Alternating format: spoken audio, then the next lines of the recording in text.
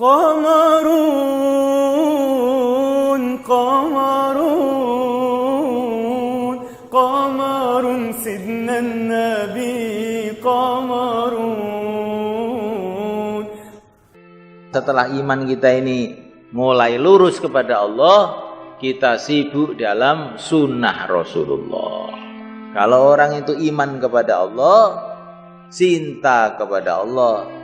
Kalau cinta kepada Allah, cinta kepada utusan Allah yang mulia Nabi Agung Muhammad SAW. Kalau cinta kepada Rasulullah, cinta kepada sunnah-sunnah Nabi. Kalau cinta kepada Rasulullah, cinta kepada pewaris-pewaris Nabi, para ulama. Kalau cinta kepada Rasulullah, cinta kepada perjuangan Nabi. Cinta dakwah. Orang nggak cinta dakwah itu cintanya kepada Rasulullah itu belum beres berarti. Kalau cinta kepada Rasulullah, cinta kepada umatnya. Kalau cinta kepada umat, tidak mengatakan masa bodoh, nggak ada. Itu masjid-masjid pada kosong tuh bagaimana? Alas, masa bodoh. Saya ini petani, bukan urusan saya. Kamu tuh katanya umatnya Rasulullah. Kok tidak memikirkan umat tuh, kamu tuh bagaimana itu? Iya ya, gimana ya saya ini? Keluar 4 bulan, insya Allah malaikat. Begitu malaikat, biar mikir umat ini. Iman kepada Allah, mesti cinta kepada Allah. Karena semua kebaikan dunia akhirat dari Allah. Maka orang kalau iman kepada Allah, mesti cinta kepada Allah. Kalau cinta kepada Allah, mesti cinta kepada kekasih Allah yang mulia Nabi Agung Muhammad SAW. Cinta kepada Rasulullah, cinta pada sunnah Rasulullah. Cinta pada perjuangan Rasulullah. Cinta kepada umat Rasulullah. Cinta kepada ulama pewaris Rasulullah. Cinta baca selawat kepada Rasulullah. Iya, cinta pada Rasulullah nggak pernah baca selawat. Oh, keliru. Orang yang lupa baca selawat berarti lupa jalan ke surga. Ya, ada hadisnya kan. Cinta Rasulullah mesti bisa selawat sebanyak-banyaknya. Berapa? Sebanyak-banyaknya. Memuliakan Allah Subhanahu wa taala. Cinta kepada umat. Kalau cinta kepada umat mesti mengajak umat kepada jalan surga. Kalau tidak mengajak umat ke jalan surga, berarti itu kejam kepada umat. Kelihatannya di dunia tidak kejam, sebetulnya itu kejam. Ya, orang itu kalau nggak mau ngajak orang lain ke surga, membiarkan mereka ke neraka, itu kejam. Orang yang kejam dibenci oleh Allah. Apalagi melihat maksiat malah tertawa, itu lebih kejam lagi. Lebih kejam lagi itu maka orang yang nonton televisi melihat maksiat-maksiat malah tersenyum, itu orang kejam. Nah, itu orang pada digiring setan ke neraka, kamu malah senyum-senyum. Oh, bahaya itu kalau nggak istighfar, nanti bisa-bisa kamu dinilai kejam oleh Allah. Bahaya. Kalau kita melihat orang maksiat itu harus sedih, nangis. Ar-Rahimuna yarhamuhumur Rahman. Orang yang sayang kepada umat disayangi oleh Allah. Maka para wali-wali Allah itu orang yang sayang kepada umat. Syekh Muhammad Yusuf rahimahullah, beliau mengatakan, kalau kamu ingin jadi wali Allah, salah satu syaratnya yang paling penting, sayang kepada umat. Bukan masa bodoh kepada umat. Nah, kalau orang itu disayangi oleh Allah, Ar-Rahimuna yarhamuhumur Rahman. Orang kalau disayangi oleh Allah, sudah nanti oleh Allah pasti dibimbing. Maka orang itu kalau sayang pada umat, dakwah, kelihatannya itu ngajak orang lain. Tapi kalau dia ikhlas karena Allah, ikhlas karena sayang kepada umat, nanti oleh Allah dibimbing.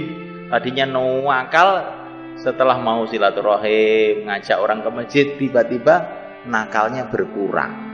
Dakwah lagi, berkurang lagi. Dakwah lagi, berkurang lagi. Lama-lama bagus. Maka dakwah itu bukan untuk memperbaiki orang lain yang paling penting.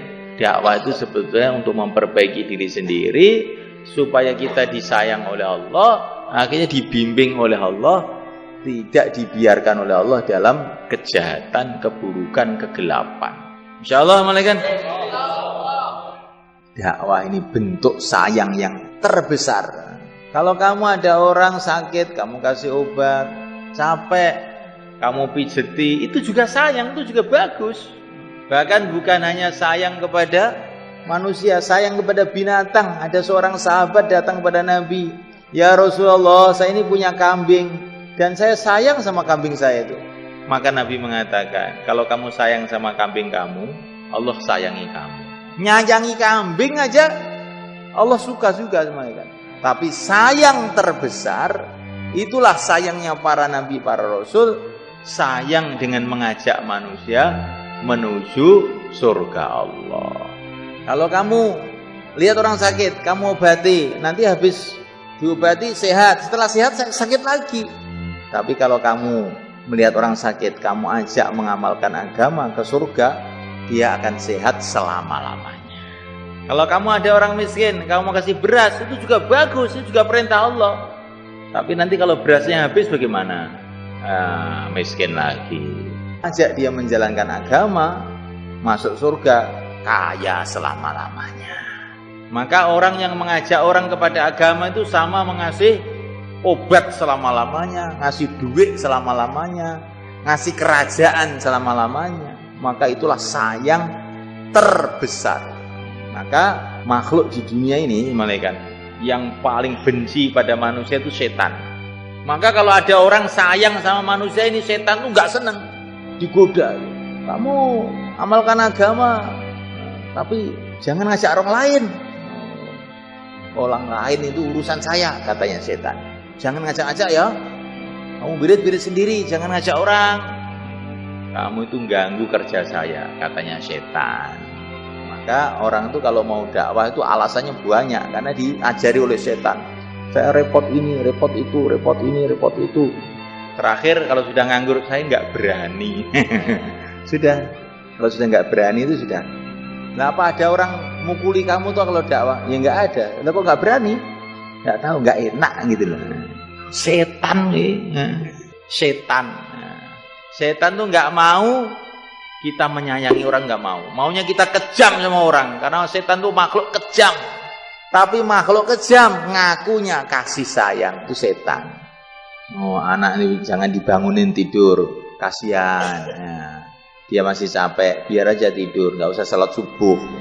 Perasaannya sayang, padahal itu menjerumuskan anaknya ke jahanam.